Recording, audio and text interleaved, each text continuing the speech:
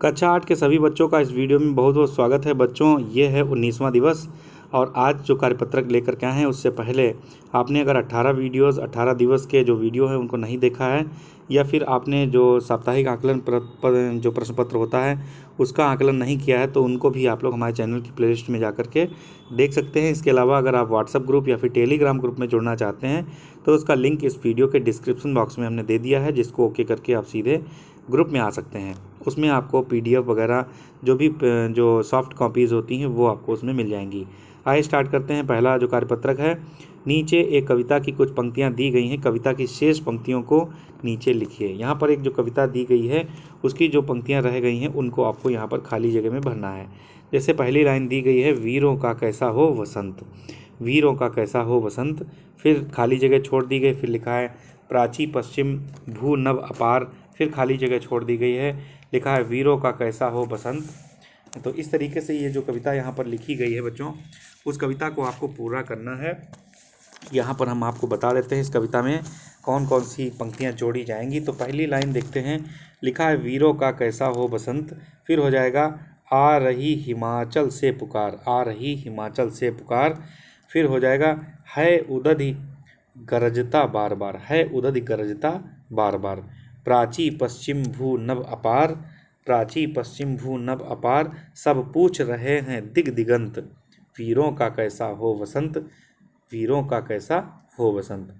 फूली सरसों ने दिया रंग, फूली सरसों ने दिया रंग, मधु लेकर आ पहुँचा अनंग, मधु लेकर आ पहुँचा अनंग, वधु वसुधा पुलकित अंग अंग, वधु वसुधा पुलकित अंग अंग, है वीर देश में किंतु कंत, वीरों का कैसा हो वसंत। तो इस प्रकार से बच्चों ये बहुत ही प्रसिद्ध कविता है। सुभद्रा कुमारी चौहान द्वारा ये कविता लिखित है। वीरों का कैसा हो वसंत सुभद्रा कुमारी चौहान के द्वारा इसको लिखा गया है। इसको आप लोग बड़ी आसानी से पूरा कर पाएंगे। उसके बाद में देखते हैं नीचे लिखा हुआ, निम्नलिखित पंक्तियों के भाव अपने शब्दों में लिखिए। हल्दी घाटी के शिला खड़े, अय दुर्ग सिंहगढ़ के प्रचंड, राणा नाना का कर घमंड, दो जगह आज स्मृतियाँ ज्वलंत।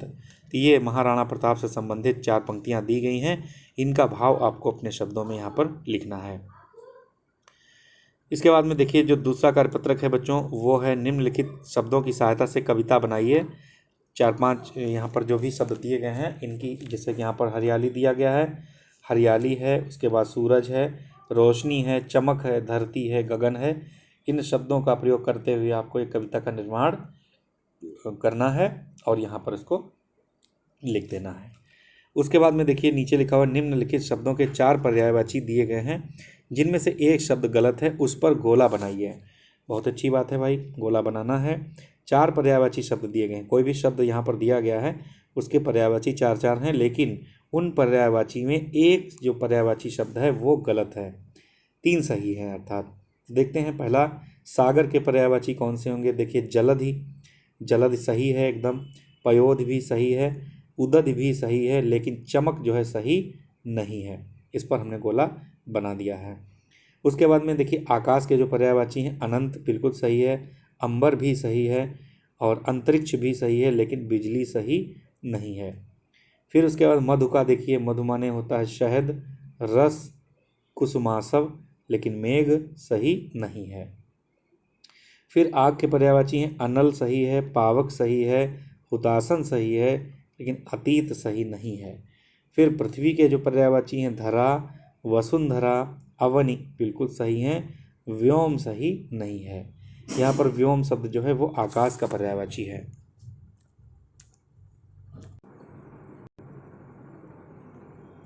तो इस प्रकार से बच्चों ये बहुत ही अच्छा यहाँ पर पर्यायवाची से संबंधित जो जो क्वेश्चन दिया गया था वो आपने कर पाया। उसके बाद देखते हैं, लिखा है भारत की नदियों एवं उनके किनारे बसे प्रमुख शहरों को सुमेलित कीजिए। बहुत ही बढ़िया, बहुत ही अच्छा ये प्रश्न है। तो यहाँ पर धीरे धीरे बच्चों को सामान्य ज्ञान की ओर ले जाया जा रहा है ताकि बच्चों का सामान्य ज्ञान भी अच्छा हो। तो देखिए पहली जो का खंड है और एक तरफ खा खंड है, गंगा नदी के किनारे कौन सा शहर बसा हुआ है। तो देखिए गंगा नदी के किनारे जो है वाराणसी बसा हुआ है, तो इसको हमने इस प्रकार से मिला दिया है। उसके बाद में गंगा के किनारे अगर बात करें तो और भी शहर हैं, जैसे वाराणसी है, आपका इलाहाबाद यानी कि प्रयागराज है, पटना बिहार है, हरिद्वार है, ये सब गंगा नदी के किनारे बसे हुए शहर हैं। उसके बाद में यमुना की अगर बात करें तो यमुना नदी जो है वो दिल्ली है, मथुरा है, आगरा है, ऐसी जगहों पर ये यमुना नदी बहती है। तो मथुरा जो है यमुना नदी के किनारे बसा हुआ एक शहर है। उसके बाद में झेलम की अगर बात करें तो झेलम नदी के किनारे जो है वो श्रीनगर बसा हुआ है। तो श्रीनगर हमने यहाँ पर इस तरीके से हमने इसको मिला दिया है। फिर सतलुज नदी के किनारे जो है, ये सतलुज नदी के किनारे लुधियाना बसा हुआ है। तो यहाँ पर देखिए हमने इसको लुधियाना को इस तरीके से ये ऐसे हमने इसको मिला दिया लुधियाना।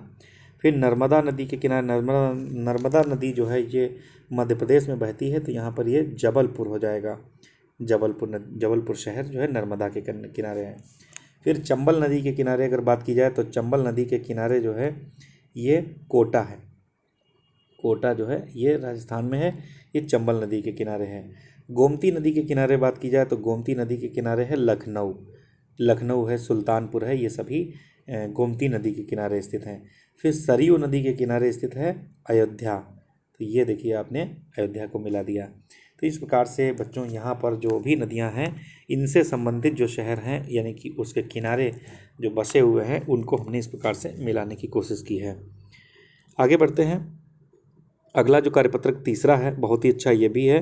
देखिए इसमें लिखा है विश्व के स्थित विश्व धरोहर स्थलों की सूची को सही राज्यों के साथ में सुमेलित करना है। तो यहाँ पर कुछ बहुत खास चीज़ें विश्व धरोहर हैं एक तरफ दी गई हैं, इनको और एक तरफ ये शहर दिए गए हैं, इनको मिलान करना है। तो देखिए अजंता एलोरा की गुफाएं जो हैं मुख्य रूप से ये महाराष्ट्र में स्थित हैं। तो यहाँ पर इसको हमने महाराष्ट्र से मिला दिया है।